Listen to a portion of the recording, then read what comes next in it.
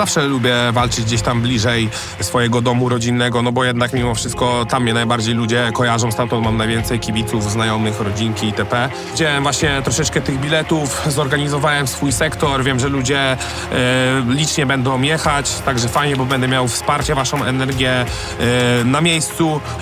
No i super, dziękuję wam bardzo, ja postaram się wam zwrócić w postaci super walki. Walczę z Sergiuszem Zającem, aktualnie rozpędzony serią 3 zwycięstw w pierwszych rundach. Agresywny zawodnik z Rzeszowa, dobry i wysokorankingowy przeciwnik przede wszystkim. Siemano, znajdujemy się już w salonie Hula Kula. Będziemy rywalizować z Danielem, kto jest po prostu lepszy w każdej płaszczyźnie życia. Słuchajcie, przelewa się, są żetony. No i na początek coś lightowego, nie? Zagramy. Ja tu jestem tylko statystą, więc damy mu trochę fory.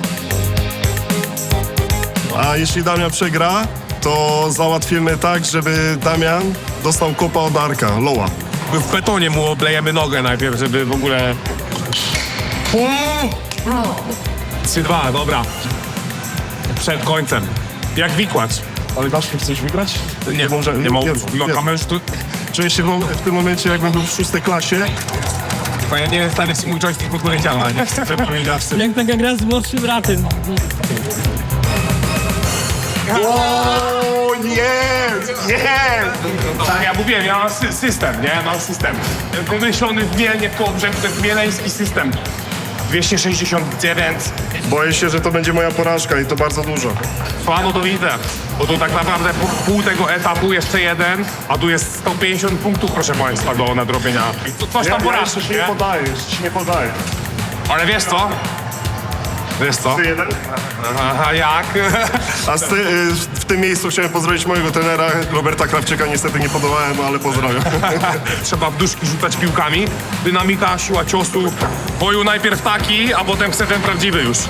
Nie wiem, co mam powiedzieć. Chyba bardzo się poniżyłem na odcinku, ale dostał jeszcze bokser. Został jeszcze bokser. Ostatnia deska na tunku, nie?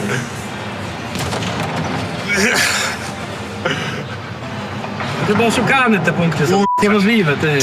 No ja półciężka, to jakbym w ciężkiej walczył, to może jeszcze z 20 więcej bym wykręcił, nie? O, dobre. No. Dobra, jak na gościa, który się nie bije, to nawet okej. Gratulacje. Okazałeś się lepszy we wszystko. No ja jestem w przygotowaniach do walki, także dlatego taka forma w salonie gier, nie? Mam nadzieję, że mało osób to obejrzy.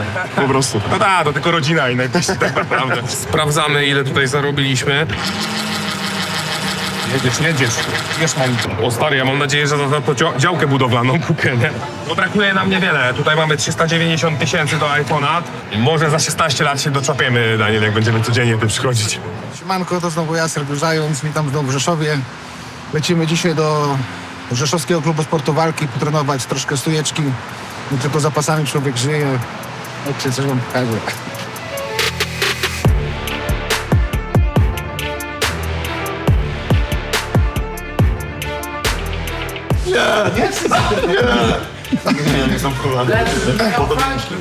Wszyscy, jeden i drugi trener mi każe zakładać media, żebym prowadził media, a jak mówię, trener coś powiesz, to nie, ja nie.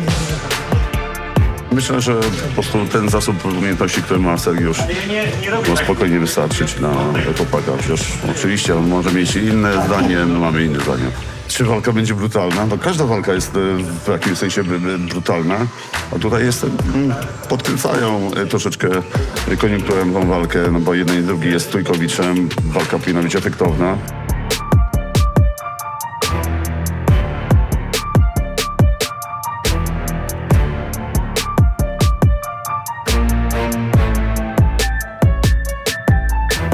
Zawsze jest mocno u trenera Wieśka. Trener mówi, że będzie luźno, zawsze ciężko. Najmocniejsza stójka w mieście. Jak nie? Nie wziąłem tej koszulki, Jakiej koszulki? w mieście. No. Cieszę się tym, że mogę w tym uczestniczyć, że... Cieszę się, że też jest wyjazd, wiesz, że do Gorzowa, a nie w Rzeszowie znowu. Lubię wyjazdy, kurczę, hala sprawdzona, też już raz tam walczyłem, wygrałem, także kurczę, jadę jak do siebie. Z mojej strony to wygląda tak, że ja na Damiana sobie już oszczę od dawna zęby. Ale to jako, nie że go nie lubię, tylko po prostu jako góra, którą chcę przejść, nie? Mam paru takich w głowie zawsze zawodników, których gdzieś tam widziałem, co walczyli i byłem ciekawy, jak to będzie wyglądało starcie moje z nim. No tak musiało być, no widzisz, tutaj ta walka mi odpadła z Chuzigajewem, także co ma wisieć nie utonie. Szanuję go, ale wiem, że z każdym mogę wygrać, nie? Kiedyś jak byłem u Tomasza Sarary na sparingach, mówię, że kurde, zapomniałem szczęki. A Tomek, będziesz miał większą motywację, żeby nie przyjmować ciosu. I krótko. Ten Paweł.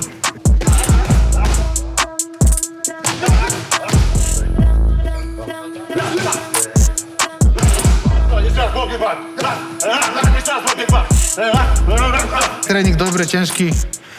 Jest... humor dopisuje jak zawsze. Kałuża, uważaj. A kurwa. Ale tego rano nie było. Kurwa. No nic. Ktoś to załatwił.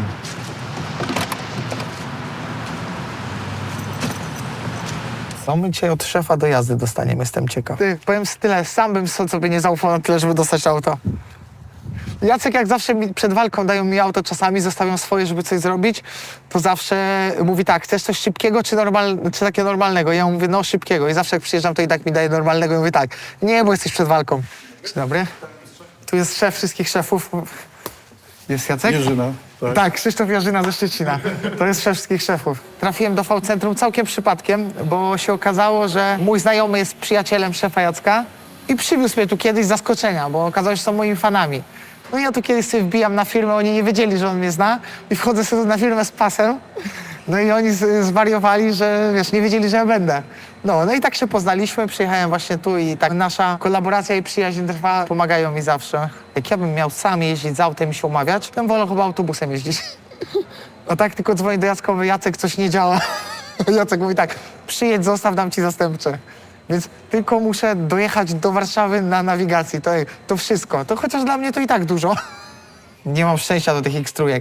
Zawsze biorę auta, nigdy nic się nie stało. No i raz X3 jechałem w dupę komuś lekko. I powiem wam, bardzo lekko, ale wjechałem akurat, nie uwierzycie, w auto, które miało z tyłu, co? Koło, nie? Koło, bo tak to bym tylko puknął. I przez to, że miało to koło takie z tyłu, no nie wiem jak to nazwać. No budowę, koło. Koła, no. To strasznie wysoko puknąłem maską, mi się wszystko podwinęło i lampy. I było gorzej niż myśleliśmy. A generalnie to puknąłem tak pyk. A mogę powiedzieć kwotę, ile wyszło? Wtedy? No mów. 53. Trzeba wjechać, to trzeba umieć. No. Ty, powiem wam tak, puknąłem lekko, a szkodę zrobiłem prawie całkowitą. Jak zdawałem egzamin za 7 razem na prawo jazdy, 5 razy oblałem na wymuszeniu pierwszeństwa. Przejechałbym 2 razy normalnie autem, ale dla egzaminatora to już oczywiście było wymuszenie. A ja miałem nawyk, że wcześniej sobie jeździłem oczywiście autem bez prawa jazdy i wiedziałem, żebym normalnie przejadę, ale na egzaminie stwierdził, żebym nie przejechał. I mi hamował. I jak jechałem 7 egzamin, to i czekałem tyle, że nie będę widział samochodu, żeby wyjechać. I wiecie, normalnie egzamin trwa pół godziny, to wiecie, ile jeździłem? Godzinę 20. Nie ruszę, dopóki nie będę pewien, że nie widzę auta. Wtedy wydawało mi się, że mogę wyjechać, to on mi hamował i jeździłem tak, że ten chłop, to już myślałem, że uwali mnie za to, że po prostu jeżdżę jak ten i on mówi tak, w ogóle pan dynamicznie nie jeździ, co to jest za jazda? A ja mówię, jak tak myślę, 7 egzaminów jeździłem, 6 dynamicznie, mówię, teraz to nie jeżdżę. Godzinę 20 jeździłem, bo jeździłem tak jak pipa i był straszny na mnie ten gość. Koło Wordu wracałem, już mówię, o, pewnie już zjeżdżam. A on jeszcze raz, pewnie liczył, że coś odwalę. Wypisał mi ten egzamin pozytywny. No zobacz, widzisz jak wygląda, a w środku jest jeszcze gorzej. Ale czy tu nie masz światła wspólne kolorystycznie? Daj spokój. 120, 389. Nie jeździsz. Mało płynu. No wiem, bo płyn idzie jeden w tydzień. To ogarniemy. Płyn jeden idzie w tydzień. Jest poważna awaria, się okazuje. Mało płynu z spryskiwaczy. No. My kibicujemy Adrianowi długo, ja prywatnie bardzo długo, nawet nie pamiętam właściwie odkąd wystąpiłeś w programie, w którym nie mogłeś zawalczyć w finale. A, w tylko jeden. Tak, i wtedy to oglądałem, w tylko jeden tak naprawdę i od tamtej pory w zasadzie. Nie pamiętam, który to był rok już. Współczuję. Nie pamiętam, który to był rok, ale to już długo. 2020. Ale to oznacza, że też jesteś fanem Tomasza Romanowskiego? Nie. A wygrał. Ale to widzisz, Jacek kibicuje nie zawsze wygranym. Oczywiście, że tak. To jak w walce z Mamedem musiałby kibicować Mamedowi, jakby kibicował wygranym. A to nie my to nie chorągiewka, no co ty? No, kibicował komu? Wiadomo.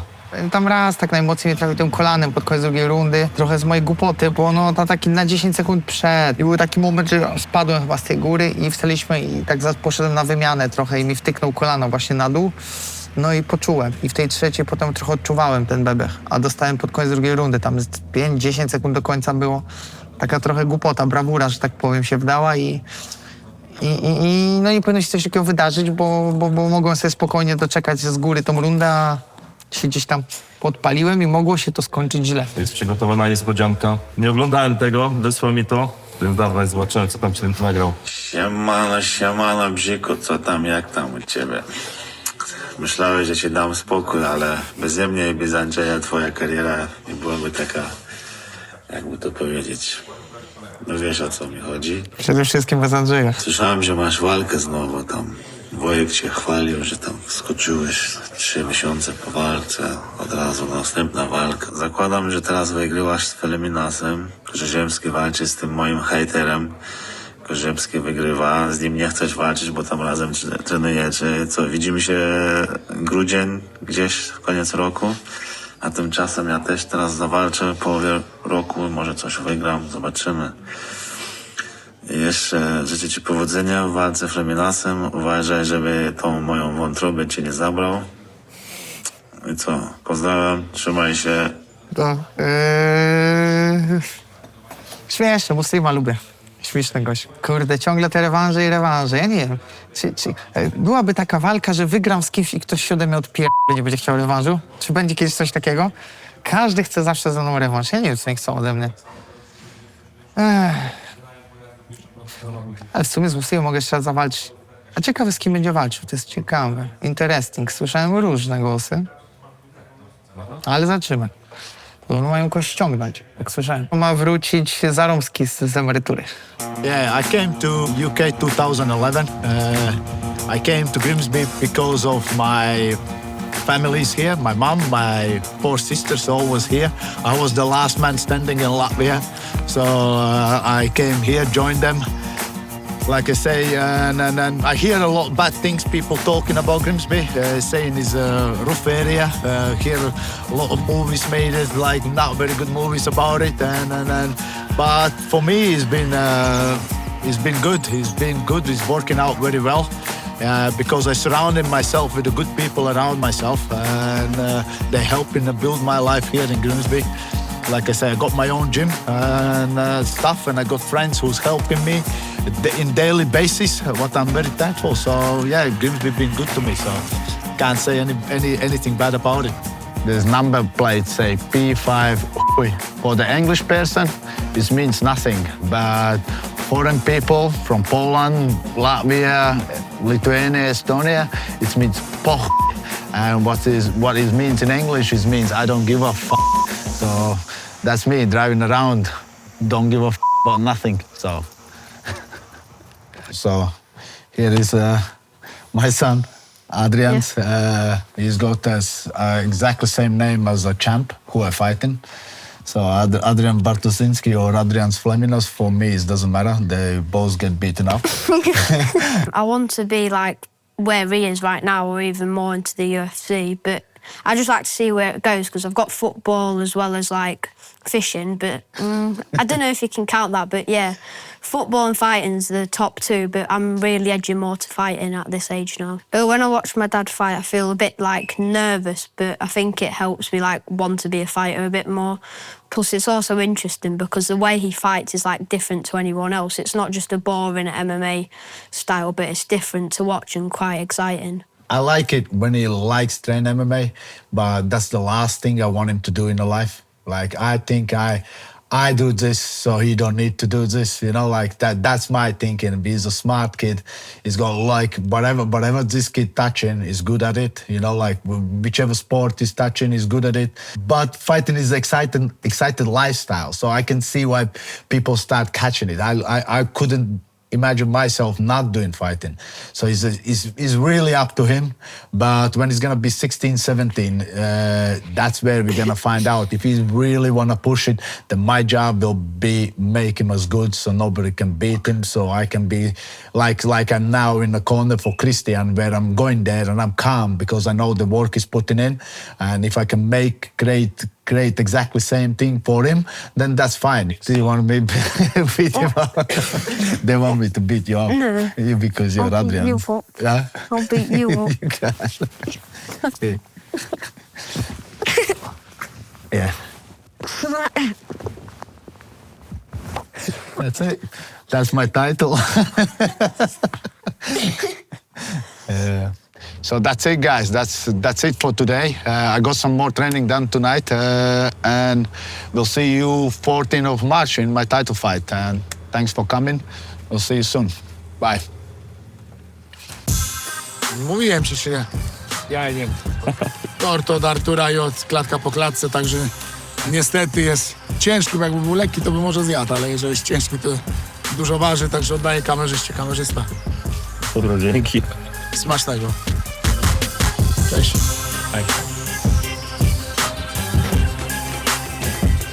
Tu jeszcze spojrzenie zakapione. Było. Roman. Hello. He asked if he can do with you one round sparring. Four, yeah? Okay. Thank you, bro. No i mamy rundkę z UFC. Goście, to mi się podoba. On ma dobre nogi, podobno obala, także będę musiał... No skrętóweczki musisz się przygotować. On się musi przygotować. Powiedz, co to za patent, czemu nie owijki? Powiem ci, to jest teraz lepsze niż owiki. Ktoś jak robi owiki, a nie robi tego, to zobaczcie sobie, jak to działa i bez kitu. Jest fajnie usztywnia.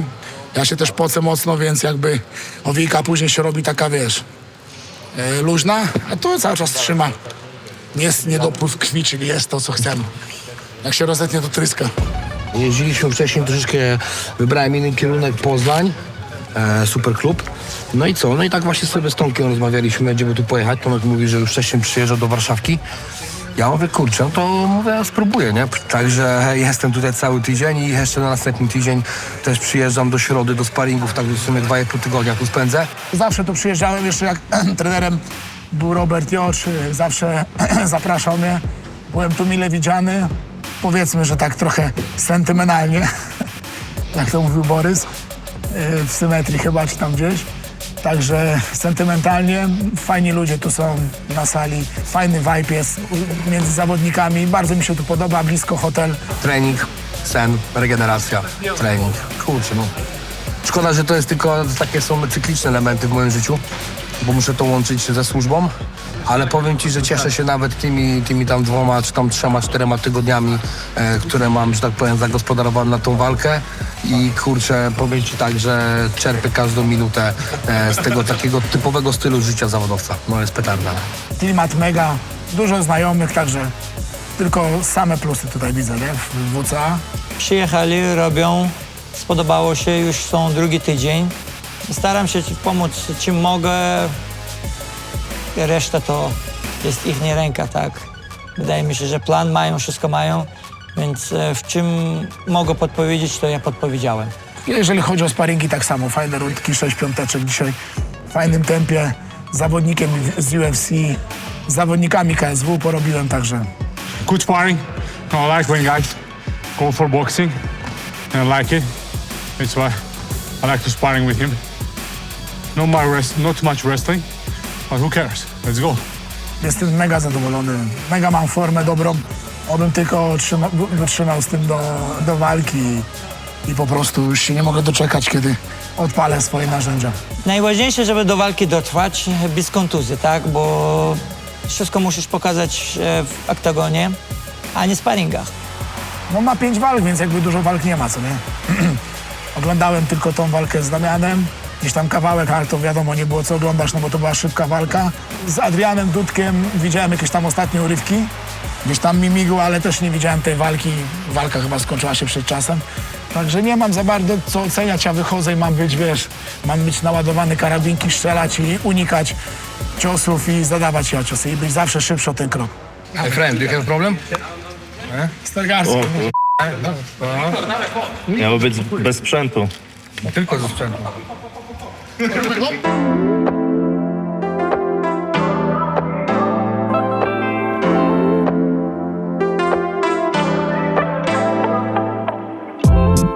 Zrobimy dzisiaj mocne sparingi. Myślę, że zaczniemy 3 razy 3 minutki stójki, no i później przejdziemy do 5 razy 5 MMA.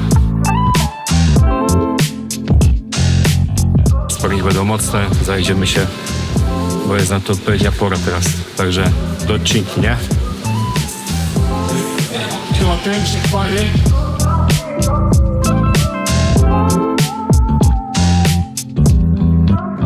Zawsze mamy taki fajny w klubie, że nasza trójka jest zawsze na końcu związaniem wszystkiego, a ja jestem pierwszy tym razem.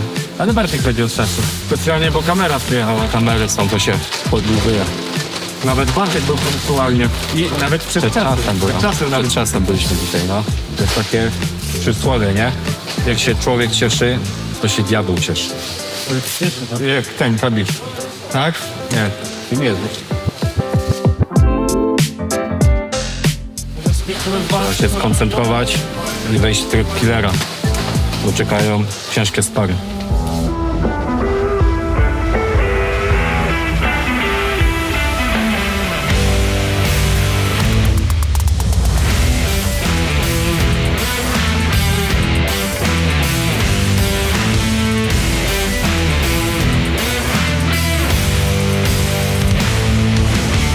Jeżeli chodzi o Bartka, no to solidny zawodnik, bardzo. No Stójkowicz wygrał pierwszą walkę, jaką w ogóle stoczył w KSW, no to ze Stójkowiczem, z bokserem, gdzie wyszedł nie w swojej kategorii wagowej, tylko w kategorii wyżej, no bo jak sam powiedział, że KSW się nie odmawia. Natomiast nie ma się co martwić, parterowo też jest przygotowany. Ma solidne fundamenty, przychodzi też na sparingi, przychodzi na grupy poranne, także zapasy defensywne są cały czas mylone, że tak powiem. I na pewno nie będzie łatwo go sprowadzić. Zresztą też jest w Wankosie, robi z mocnymi zapaśnikami, więc tam na pewno jest mocno przygotowany, mocno jest obity, tak? Natomiast to, co zawsze przywozimy na matę, ustawiamy się sami i rzeźbimy, wplatamy to, co jest mu potrzebne akurat do planu. Także jeżeli chodzi o Bartka przygotowanie, no nie jest tajemnicą, że no będzie chciał prowadzić walkę w stójce, ale jak się wydarzy parter, to na pewno ma kilka asów w rękawie, no i nie będzie łatwo z nim, nie? To mamy za sobą 6 rundek po 5 minut. W sumie co rundę zmiana zawodnika, chłopaki się starali odwzorować Tomasza Romanowskiego, więc co no, przygotowujemy się na 13 marca na Tomiego. Wiem, że będę w życiowej formie, już jestem, a mental mój pozwoli mi pokonać go i piąć na sam szczyt.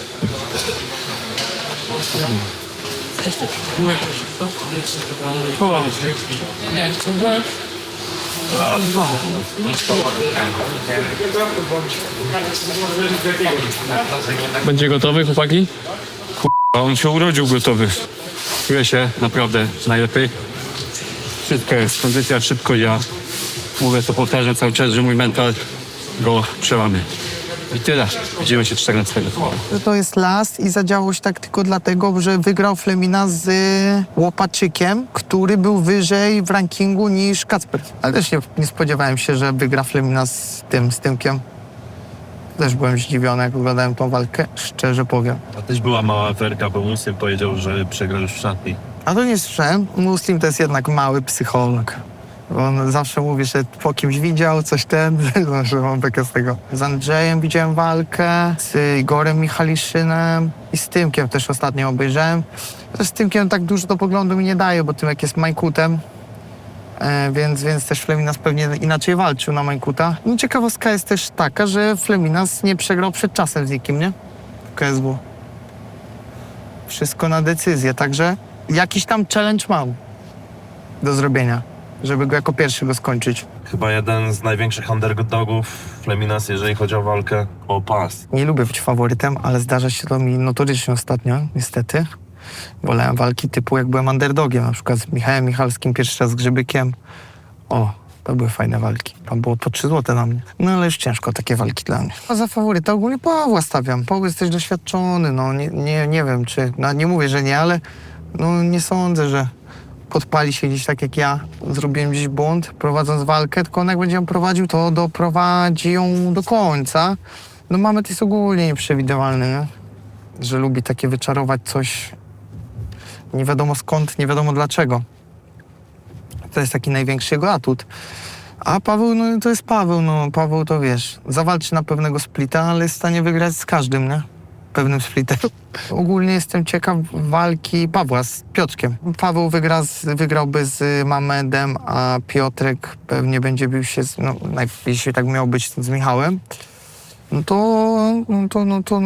to jakby powygrywali swoje walki, no to ogólnie na tą walkę bym czekał najbardziej Piotrka z Pawłem. Ale czy Paweł zasługuje na pas marketingowy? Nie jest za mały? Czy nie za mało marketingowy, żeby zawalczyć o pas marketingowy?